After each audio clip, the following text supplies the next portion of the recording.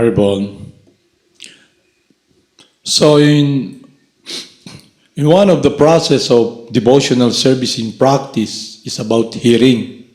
So in this age of Kali Yuga and eternally, hearing about the transcendental pastimes of God, of Lord Krishna, enlivens the heart. It gives you enthusiasm, satisfaction, where you're connected with hearing Lord Krishna, who is the giver of joy. Because all of us, we want to experience joy or happiness, okay? So when we follow the process of the hearing, then we hear about the pastimes of Lord Krishna. So that is one way also wherein we can control the tongue, okay? So to be able to hear, it means you must seper your lips. You know what seper your lips? Okay? Hold your tongue. Then focus upon the gate. Okay? The gate of your kingdom to hear. Okay? So it purifies your heart.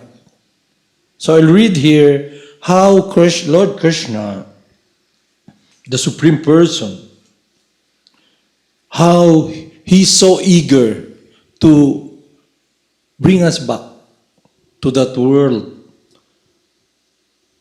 where His joy is our rendering loving service to Him. Okay? So He comes here in the form of Guru, personally, as His incarnation, to invite us. But we are not appreciative kasi nga we have been covered for so long and we're in a disease condition. But anyway, some or other, you're here. All of you are here, okay? So it means the opportunity to connect ourselves with the joy of Lord Krishna is open, okay? So now, that's why we must be very focused upon following the instruction of our spiritual master, because the mind is very powerful. The mind will always be gliding towards this material world.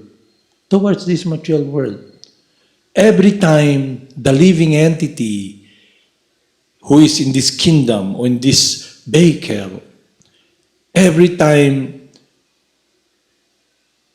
you see, you hear, you touch, the mind glides towards giving you this impetus or telling you it's enjoyable. Notice that when you're walking, every time you see, okay? Oh, enjoyable, okay? That's how that's how Maya or illusion controls us through the mind, okay? That's why the process we must be very focused is to use our intelligence and the mind and how we relate to how we can follow the instruction of Lord Krishna. So Lord Krishna comes from outside, the Paramatma, the spiritual master. So for so long, we have forgotten our friend. We listen to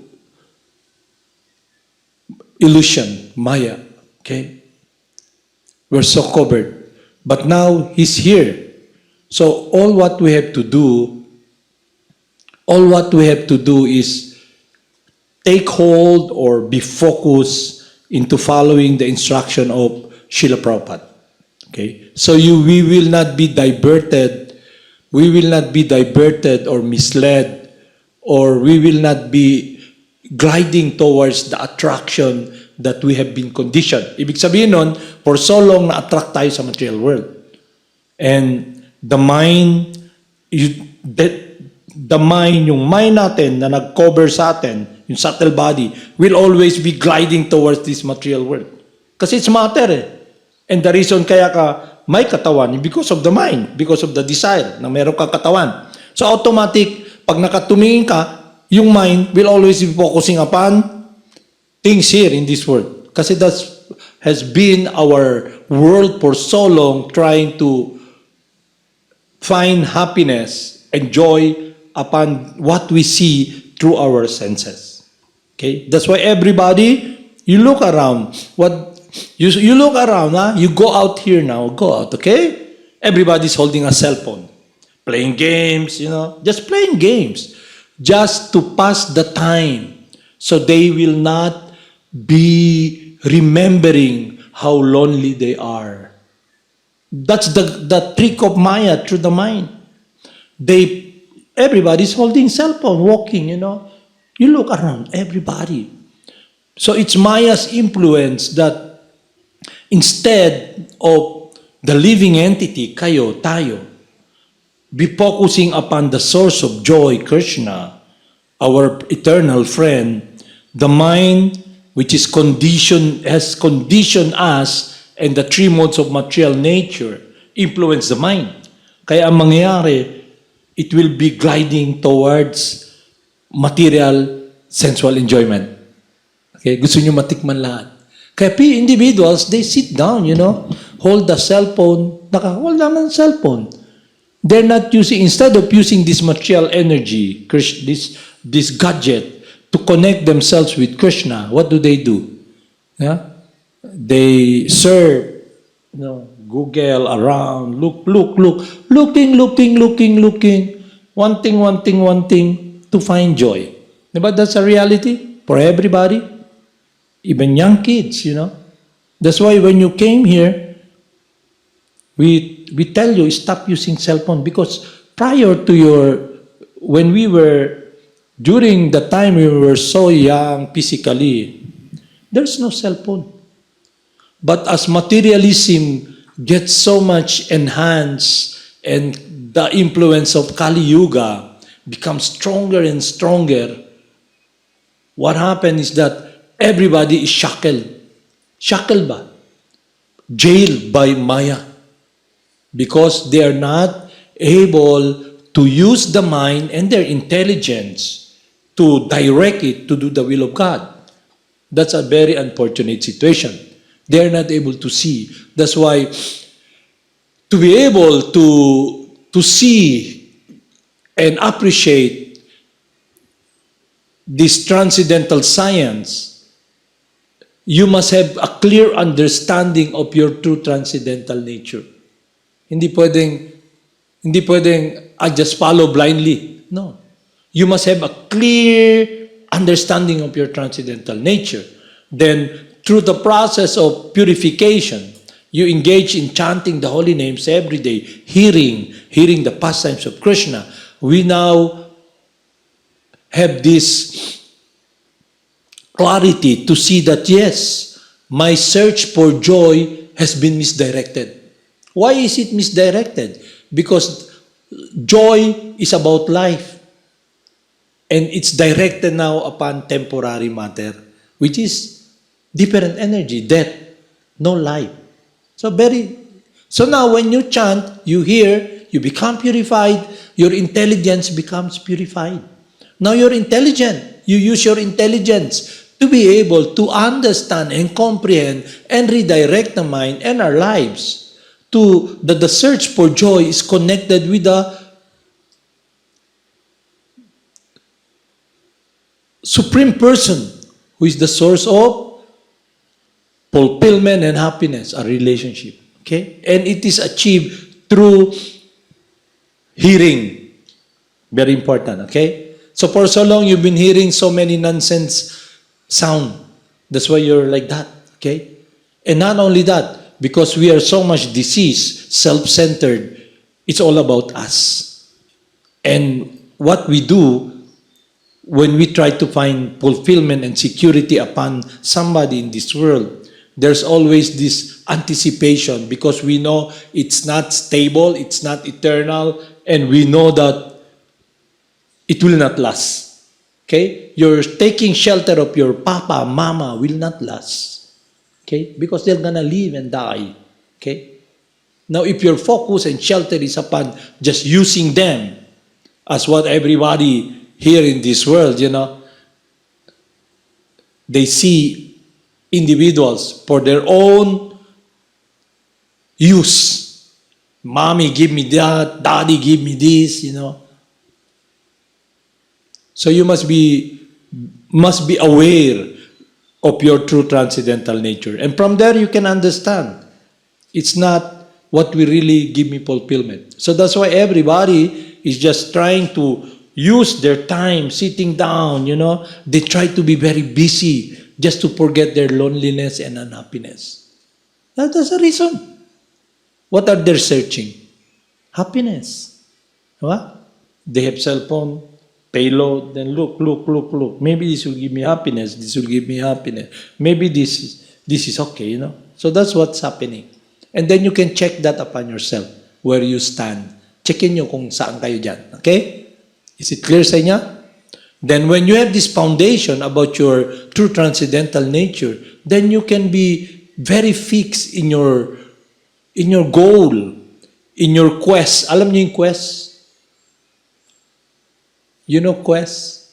In your trying to achieve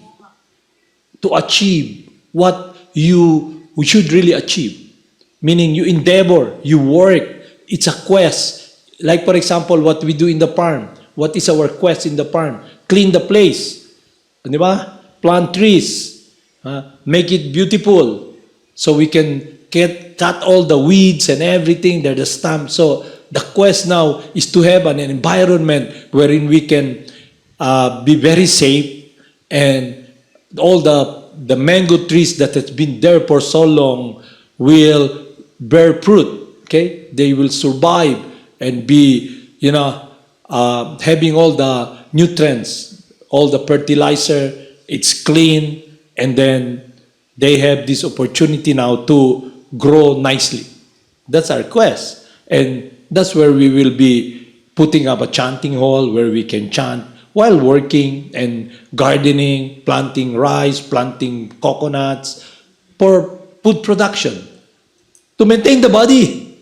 That's your quest. But if you are not understanding your true transcendental nature, your quest or your endeavor, your goal in life will be a world of no way, oblivion, because the mind will be traveling and traveling, looking for satisfaction, the desire there, which is material, and you're not matter. Okay? Is it clear sa inyo?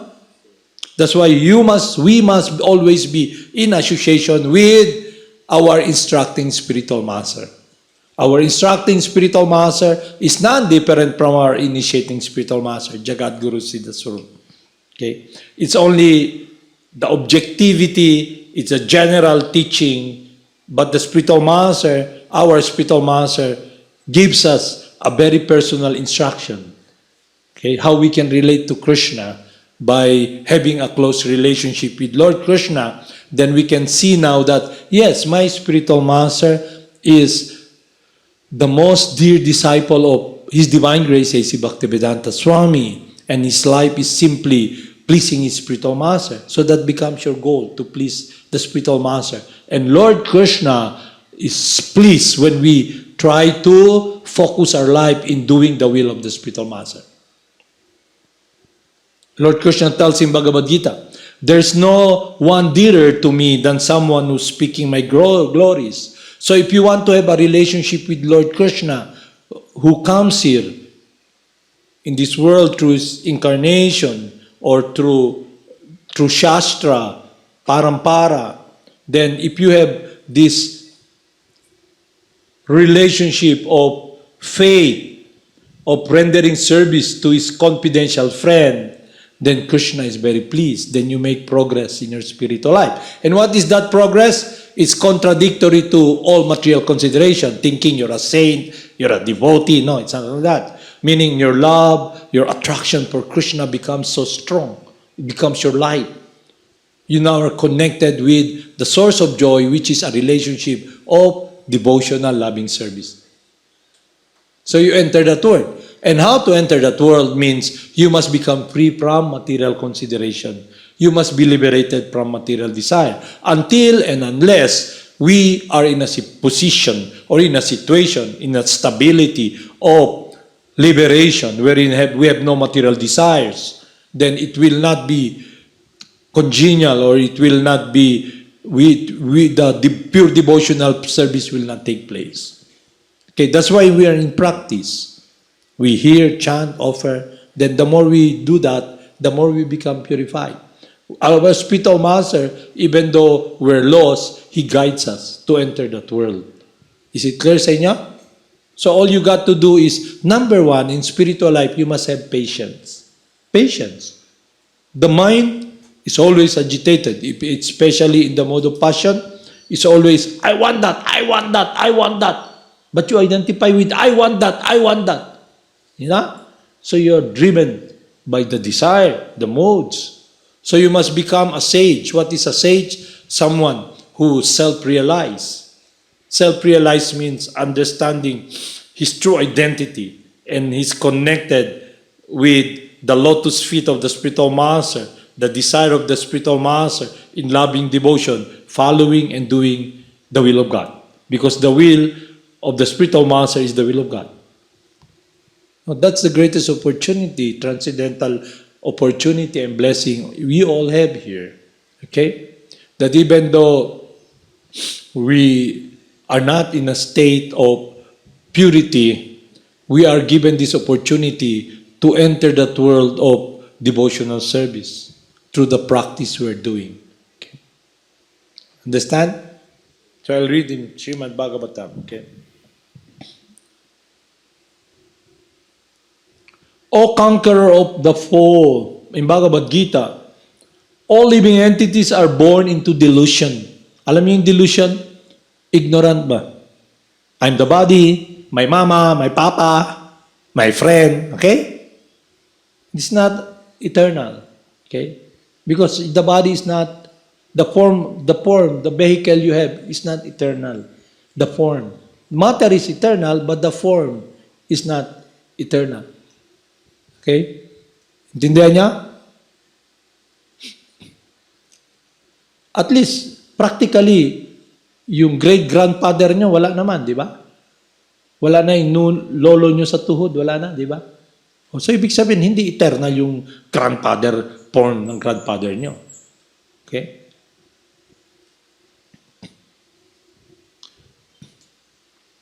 Overcome by dualities of desire and hate, O conqueror of foe, all living entities are born into delusion, overcome by dualities of desire and hate. What are desires? What you like, that will you think is happiness, okay? And dislike, things that you don't like, that is not congenial or it will not give you happiness, okay? So when you realize your identity, you don't hate, you don't like, you simply see the spirit soul, okay? So the fruit of love for God is when we are given this opportunity to engage in devotional service. So what is that? You experience in your heart care, compassion, not upon the body, but you're concerned about somebody's sickness, experiencing the pain while she or he's in the body, but you are now seeing the spirit soul. Okay?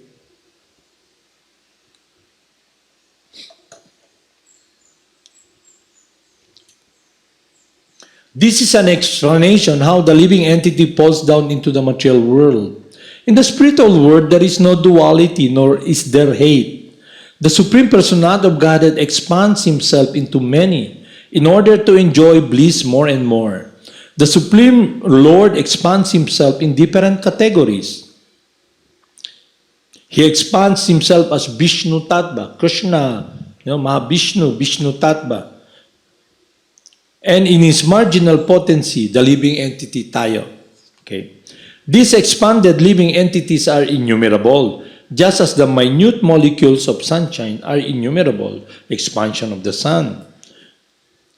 The expansion, the marginal potency of the Lord are all living entities. When the living entity desire to enjoy themselves, they develop a consciousness of duality and come to hate the service of the Lord. In this way, the living entity falls into the material world. Actually, when you hate someone, you're hating Krishna. Understand? When you have anger from someone, you dislike that person, it's because that person is connected, the spiritual is connected with Krishna. Actually, it's a direction wherein you don't like Krishna, you hate Krishna. Because you don't love this child, you don't love this person. You're in this duality of dislike and like. Okay? Is it clear sa inyo? So doon yung makikita ba kung gaano kadumi yung utak natin. No? Gaano tayo na-encumbered. I don't like him. I don't like her. I hate her. No? So what happened? You get engulfed. Meaning, the fruits of what your experience is materialism. The disease is there. But when you become purified from chanting the holy names, you're able to see that all the dualities here, you understand what is transcendental. No more dislike or like, simply doing the will of God. Okay? You don't hate, you don't like, meaning you're becoming free from material desires. So liberation means becoming free from material desires. So the more you chant, the more we enter that world of devotional service, then we can understand the pastimes of Lord Krishna. Because it's the world of joy and happiness. Okay?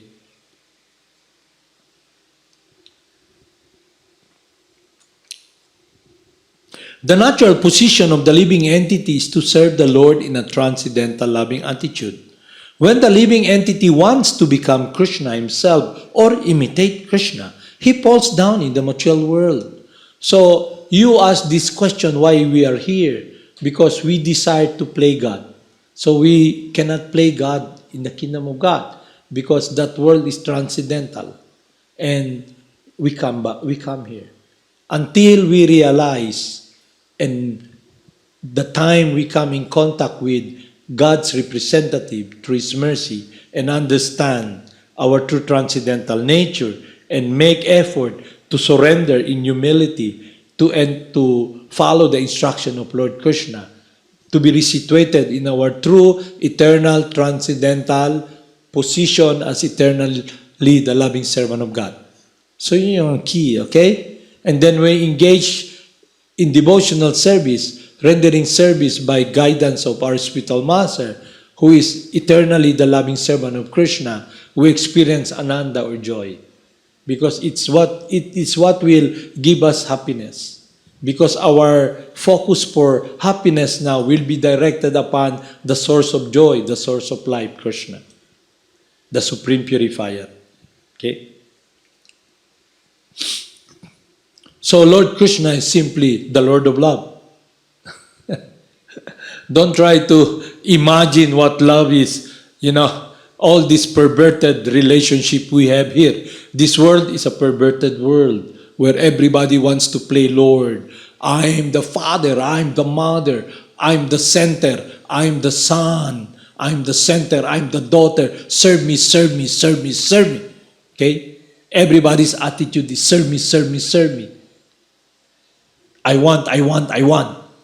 Understand? Is it clear sa inyo? So don't ever think na, oh, I want to be a saint. Ano yung saint?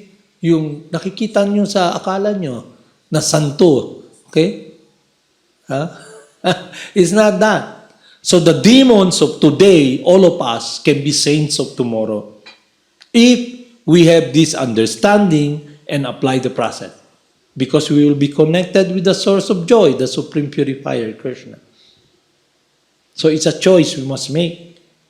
And when we are able to appreciate that, we make a very personal surrender in our life, a prayer in our life, individually, lahat kayo, to pray to Krishna, to be able to be part of the mission of His confidential loving servant.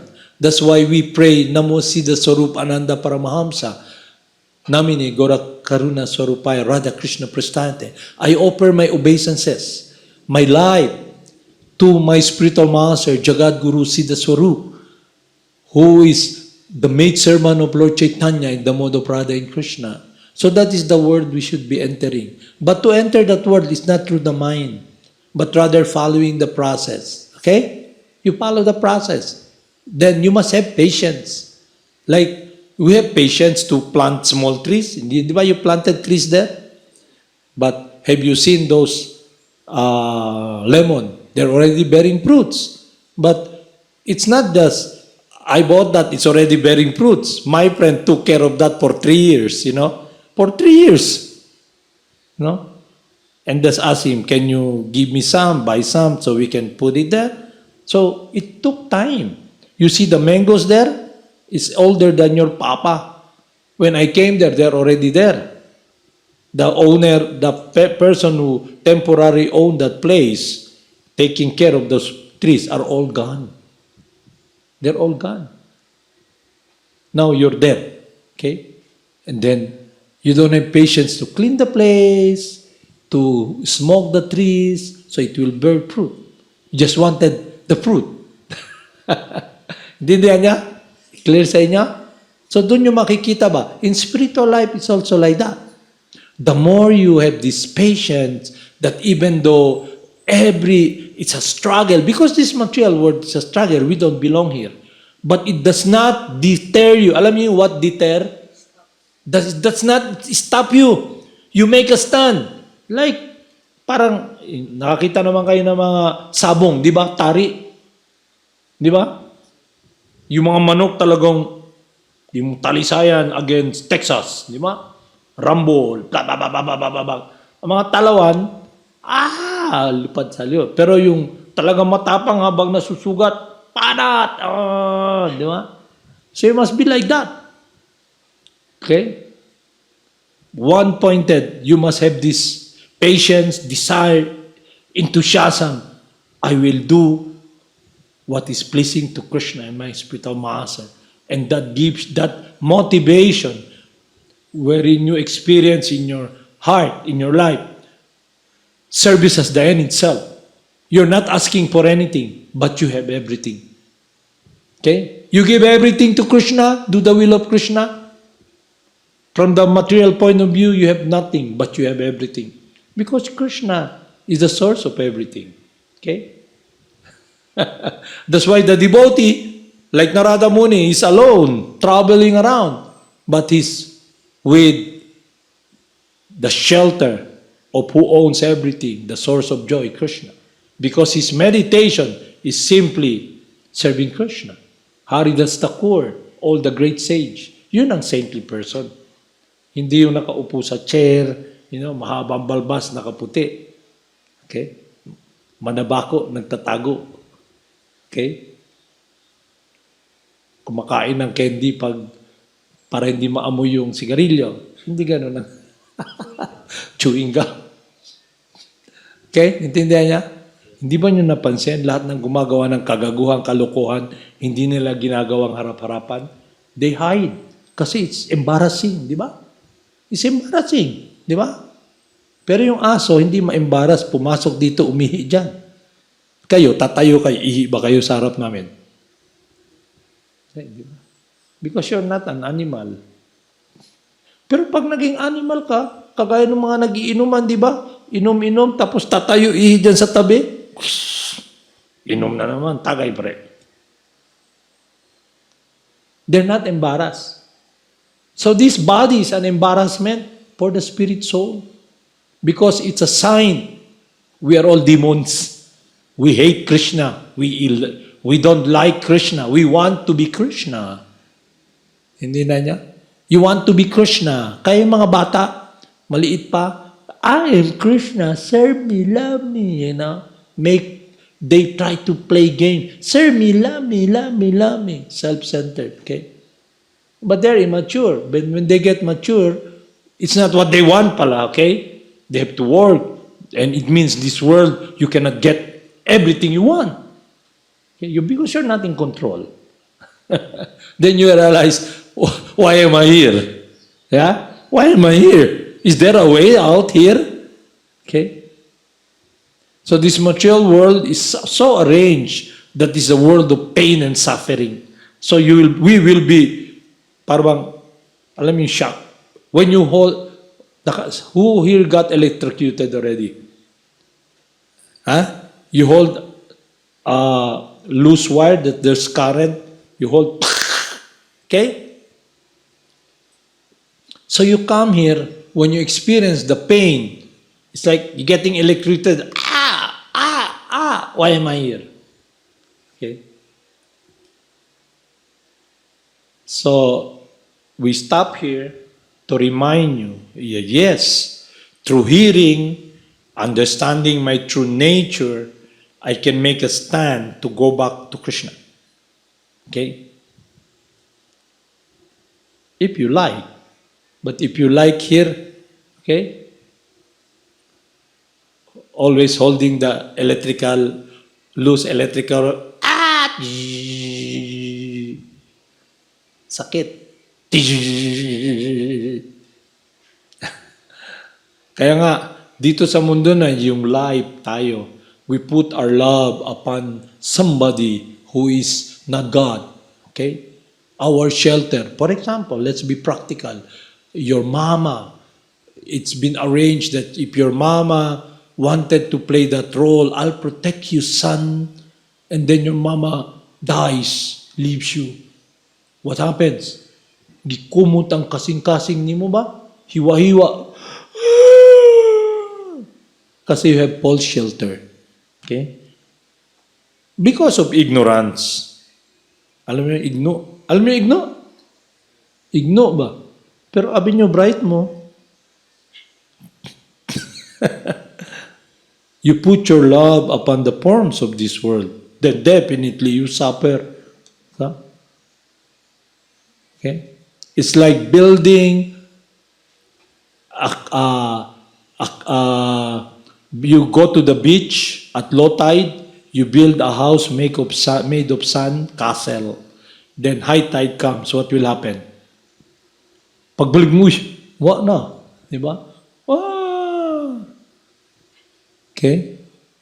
Pero ang situation, why are we not able to appreciate this? Because it means the plant of love for God, the seed, is not growing nicely, okay? So when it grows nicely, you're able to experience what love is, okay? What love is, the fruits of love for God is you experience in your heart comfort, compassion, care, you know?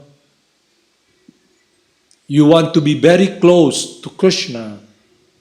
You begin to care for others. You begin to respect others. You're not following anymore the mind. Because the mind is where your enemy is situated. Last, matinding pagnanasa. Ako ni. Okay? Kuwauna ko na. Tapos anger. Gilukdunin mo ang anger sa mind. Kaya frustrated ka, wa na ako nakuha, suko ka. Mama, wano ni mo gipadala na. Di ba? Tapos yung parents naman, okay, wala kang respeto, wa ka pulos, gibuhi ka. Kana, imo yung pao sa ako. Hawa dili. Okay? And hindi ka rin muhawa. You know why? You feel entitlement. Alam mo entitled? Entitled ka ba? Para bang, ano entitlement sa Bisaya? Para bang, it's your due. Alam mo it's your due. Karapatan ko pag silbihan nyo ako. Okay? Ako ang pinakamabait nyong anak na kayo ang alipin ko. Okay? Is that love? Buhay ng alipin at inaalipin. And they play games, you know. So the devotee is not in that world. Everything is crumbling. The body is getting old. Lahat dyan. He knows his true identity. You become a sage. Hindi ka natatouch. You become like the lotus flower.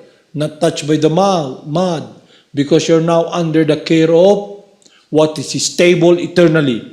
Life, the source of joy, Krishna, your Gurudev, our Gurudev, who is eternally the loving servant of Krishna. He comes us to bring us back home, to enter that world of the eternal pastimes of Krishna. Play with Krishna. Okay? Eternally. Love someone who will give us complete happiness, whose will is simply caring and loving us, Krishna, our Gurudev. So you don't just throw it away. You cling to that no matter what. Okay? You cling to that no matter what. Look at, a materialist will cling to enjoyment, to the body, to have this body as an avenue, a venue wherein he can squeeze happiness like Hiranyakashipu. Di ba?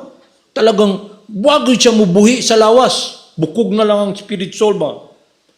And he wants to have a strong, powerful body to enjoy eternally. Yun ang materialist. Kayo lahat dito. Tayo lahat. We are little Hiranyakashipu. We cling to this body ba? Birthday ko ngayon, birthday ko bukas. So dapat pag birthday nyo, yung real birthday nyo, wala kayong birthday talaga. Kasi pag birth, sabihin, galing kayo sa womb ng nanay nyo. Paglabas, balot sa dugo, pupo. Paglabas mo, puro ka pupo sa kadugo. Yung paglabas mo sa mundo na to, hindi glorious. Alam yung glorious? Naggawas ka, murag, asagi ka na. Gikan sana sa sa tinai, puro tai. Okay? Krishna, when he comes here, he comes on his own will. Tayo, we come here by force. Hindi ka pwede dun. Okay? Do not enter. Bawal. Okay? Hindi dun. You're not allowed there because of you want your envious of Krishna. Krishna's enjoying with his friends. I want to be the center. Just like what everybody is doing here, okay? You see the kid, you see yourself. I am the center, even in the name of chanting or engaging in devotional service, me. We have become fruitive workers. Alam yung fruitive workers? Even in devotional service, may idea tayo, I'll gonna serve Krishna and maghatag ko, I'll give 10 kilos of service. Kailangan ng balik 10 kilos din. Okay? Yeah. Service as the end itself. You engage in the service as the end itself. That's life. Then there's opportunity, take it. Walang katapusan. On and on and on and on. Pero pag fruitive worker ka, may material desire ka, you try to enter the world of pure devotional service, then you cannot enter. Because you will be, if I serve you, Krishna, what do I get? What's in for me? A certain amount of transcendental happiness, of purity, like the fame of being a saint, a devotee. What do I get? Yung devotee, he just carries on. Look at Bali Maharaj. Sabi ni Lord Krishna, I just want 3 steps of your land. Okay, give it to you. 1 step, middle planetary system. Next step, higher planetary system. His owner, temporary owner of the whole universe. Sabi ni Lord Krishna, where will I put my last step? Sabi ni Bali Maharaj, wala na tutuntungan si Krishna. 3 steps. Naging giant man. Sobrang nag-expand man si Lord Krishna, si Lord Vamana. Nag-expand. Yung paa niya, middle planetary system. Ito middle. Yung second, higher. Heavenly planet. Paglaki, yung isang paa niya tumungtong doon. Sabi niya, saan ko ilalagay yung word of the 3rd step? You promised me 3 steps. Sabi ni Bali Maharaj, put it on my head, my Lord. Tinapakan yung head niya. Pero what happened? Lord Krishna took his burden, the load, okay, that he's able to surrender to Lord Krishna. Kayo, kaya niyo i-take yung Load nyo, yung ownership. You're a king. You know? Huh?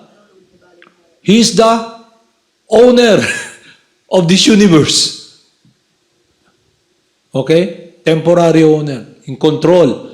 Because his attitude is when his spiritual master, Sukracharya, tells him, don't listen to the Brahmana. That small boy is Vishnu.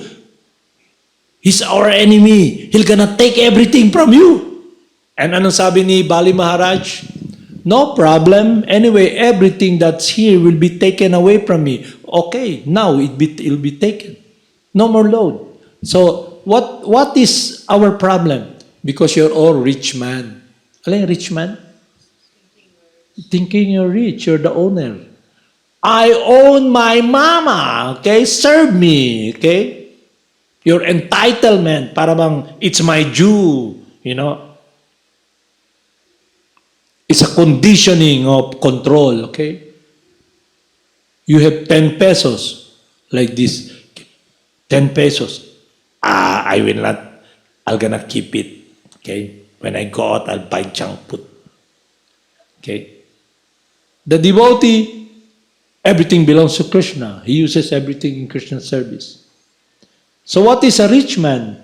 And when Krishna tells us to enter the kingdom of the rich man cannot enter the kingdom of God. And who is a rich man? All of us. Because we think we own. Okay? You own something. Okay? What do you own? Okay? Your lordship, your control. You think, okay, devotee. Okay? So sabi ng devotee, sabi ni Lord Krishna, nung tinanong si Lord Krishna, di ba, there's this story wherein the Brahmana he was asked, the yogi asked Narada Muni, what is Lord Krishna doing in his kingdom? Okay? First of all, he's just sitting down, stringing an elephant to the eye of the needle. That's impossible. Okay? Ang sabi ng isang devotee, it is impossible for a rich man to enter the kingdom of God. Okay? Than for the camel to enter the eye of the needle. So what will be the medium or the key to enter the kingdom of God? Pure unalloyed devotional service, no material desire. So to be able to enter the world of purity, we must become liberated and free from material desire, and now engage in our natural activity to render devotional service guided by the devotee of God, who can teach us to give everything in devotion, in purity, no more asking for anything, simply serving Krishna. In whatever capacity, I'll just use my energy to serve Krishna, and it gives me a connection with the source of joy, the source of protection, Govinda. Okay, you just work and work, you're fulfilled. Okay? Just remember, you engage in action in the service of Krishna, planting trees and everything for the preaching program. You come there in the morning, hapon na Then you come here, kirtan, then you sleep. Okay? But if you are not busy serving Krishna,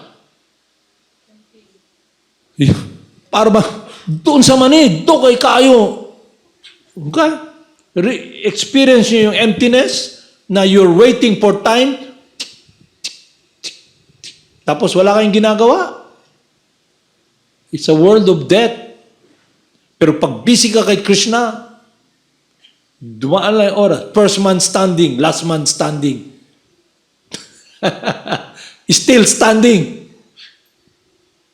Okay? Because your consciousness, your focus, you're liberated from material desire. Is simply, what can I do to do the will of my spiritual master? We might not be in a situation, in a position, that we are so helpless that, you cannot do everything perfectly. But what is important is the desire, the motivation to please Krishna. He sees that. Okay? He sees that. Just like a child, for example, a child who doesn't know how to cook. For example, you see Krishna Dasi, okay? She doesn't know how to cook, okay? She makes drawing. I'll make a pie for Krishna, okay? I'll make pie, apple pie, okay? And she offers this, Krishna, offer this apple pie to you, okay? Okay? Her heart, okay? But you don't see that, okay? Like a mother who sees her child, may mama, may bata, gumawa siya ng mud pie. Alam yung mud pie? Naglalaro man ng lapok mga bata. Gawa siya ng mud pie. Mommy, I made a mud pie. I made a pie for you and I offer this to you. Happy birthday, okay? The mama knows that it's made of mud pie, mud. But because of the intent of the child to offer it, Mommy, happy birthday, what is being accepted? The motivation, the relationship. Okay? God doesn't need us. Our service is not needed because Krishna is self-sufficient. He's the cause of all causes. He's the Lord of love. He's self-sufficient. So, if we connect ourselves in loving devotion through the guidance of our spiritual master to follow the path of unconditional service wherein you serve as the end itself, then you're connected with Krishna. Okay? And that is the only way we become liberated from material desire because we will now be focused upon following the heart of Krishna and our spiritual master. That word of love. To enter that world, Krishna allows us. But we must become free from material desires. When our life is simply, I want to do your will. My life belongs to you. Your will be done. Although you know that Krishna doesn't need you, the spiritual master doesn't need you, but he wants you to go back home. Okay? That's why he comes, invites you, come. Will you hold his hand or you turn your back? He talks to you, you turn your back, okay? And the only way you'll be turning your back is when you follow the mind, the material desires. So we must become free from material desires. Okay? Harinama. Is it clear sa inyo? So you can check it among yourself. So instead of putting time on seeing people's fault, you look, am I getting closer to doing the will of Krishna? How can I offer my life to Krishna? How can I do His will? And it's a very personal relationship with your spiritual master and Krishna. It's a world, your own world in relation. That's why spiritual life is not joining. Spiritual life is a relationship with God, a very personal relationship. It's not about the group. Okay? Everybody can live here, but the devotee will just stay, okay? Carry on that world of rendering loving service. Okay? So that is your eternal connection with your spiritual master in Krishna. Your devotional service to follow the ninth process and offer service as the end itself. Your will be my will. I have no more will. And that frees you from material desire in the mind. Kasi the mind, so many desires, innumerable. Since time immemorial, andun lahat. Simple. Yung what you experience now are desire seeds, you know. Bigla na lang ma-attract ka. Bakit? Kasi there's desire seed that you have planted previously. You desire to have that, then you leave the body. And those desires are already mature. Magbubunga na. Kaya you come to this world, bigla na lang ma-attract ka ba? I like that. Nagbunga, okay? And then nagpa-plant ka na naman uli. Yung mga desire, you know, that plant ka na naman uli ng desire seed. Matatik mamaya. So, cut it off. That's why, no more birthday. No more birthday. So, at your birthday, you must be the one to offer to Krishna. It becomes the beginning and the last. Not last. Alam niyo last? Huh? Is it clear? So meaning, life after life. Birthday to be in the body. I hope you have many, many birthdays to come. No, go back to Krishna. Yun ang gusto ni Krishna sa atin. No more birth. No more death. Happy birthday to you. Happy birthday to you. May Krishna bless you. Go back to Krishna. No more birthday. Birthday. No more birthday. So that is our situation. No more birthday. No more entering the womb to come out with blood and the center of the universe, covered with blood and urine and thinking, I'm number one, serve me. No more like that. If you like, you can come back. But be careful. Baka pag come back nyo, hindi na kayo sa katawan ng tao. Iba na yung salita nyo. Ay, ay, ay. Aw, aw, aw, aw. Okay? Is it clear? Haribol, namaste.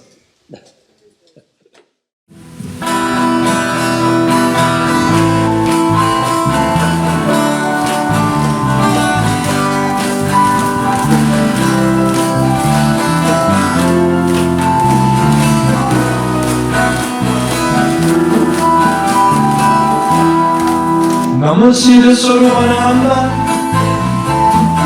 Paramahamsa namine Karuna Sarupaya Radha Krishna Prastaya Te Namo Siddhaswarupananda Paramahamsa namine Karuna Sarupaya Radha Krishna Prastaya Te Shri Krishna Chaitanya Radha Krishna Narayana Shri Krishna Chaitanya Radha Krishna Narayana Haribol Nitayawar Shri Krishna Chaitanya Haribol, everybody sing loud and dance Haribol, Haribol, Haribol Shri Krishna Chaitanya Radha Krishna Narayana Shri Krishna Chaitanya Radha Krishna Narayana Shri Krishna Chaitanya Radha Krishna Narayana Shri Krishna Chaitanya Radha Krishna Narayana Shri Krishna Chaitanya Radha Krishna Narayana Bhagya Shri Krishna Chaitanya Prabhu Nityananda Shri Advaita Gadadhara Shri Vasudeva Bhakta Vrinda Haribol Nitai Gaur Jai Gurudev Haribol Chaitanya Das sing loud Madana Mohana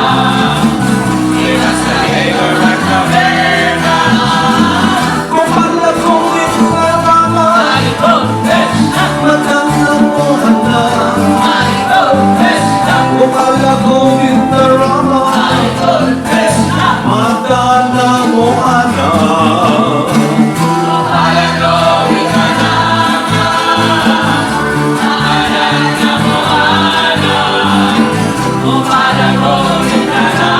Rama Madana Mohana Gopala Govinda Rama Mohana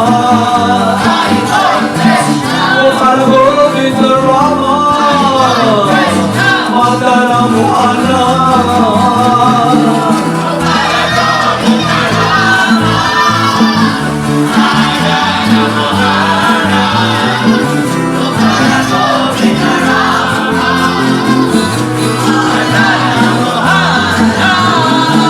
Gopala Govinda Rama Madana Mohana Gopala Govinda Rama Madana Mohana